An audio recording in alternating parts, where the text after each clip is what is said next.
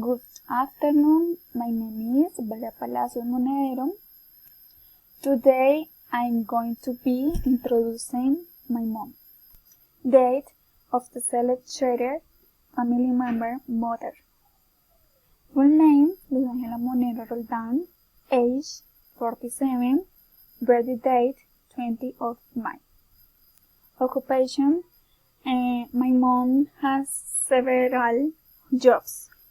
On one, which is a manicurist.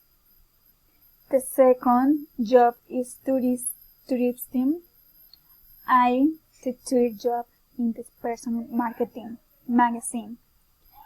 In sometimes she does business with real estate.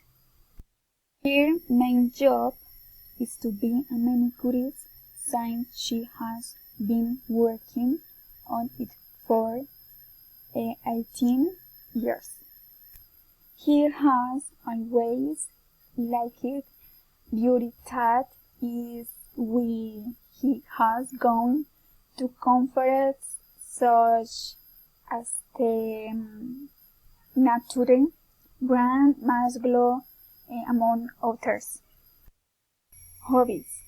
His hobbies since he was 30 years old, he has always liked to handle spirituality, the chakras, astrology.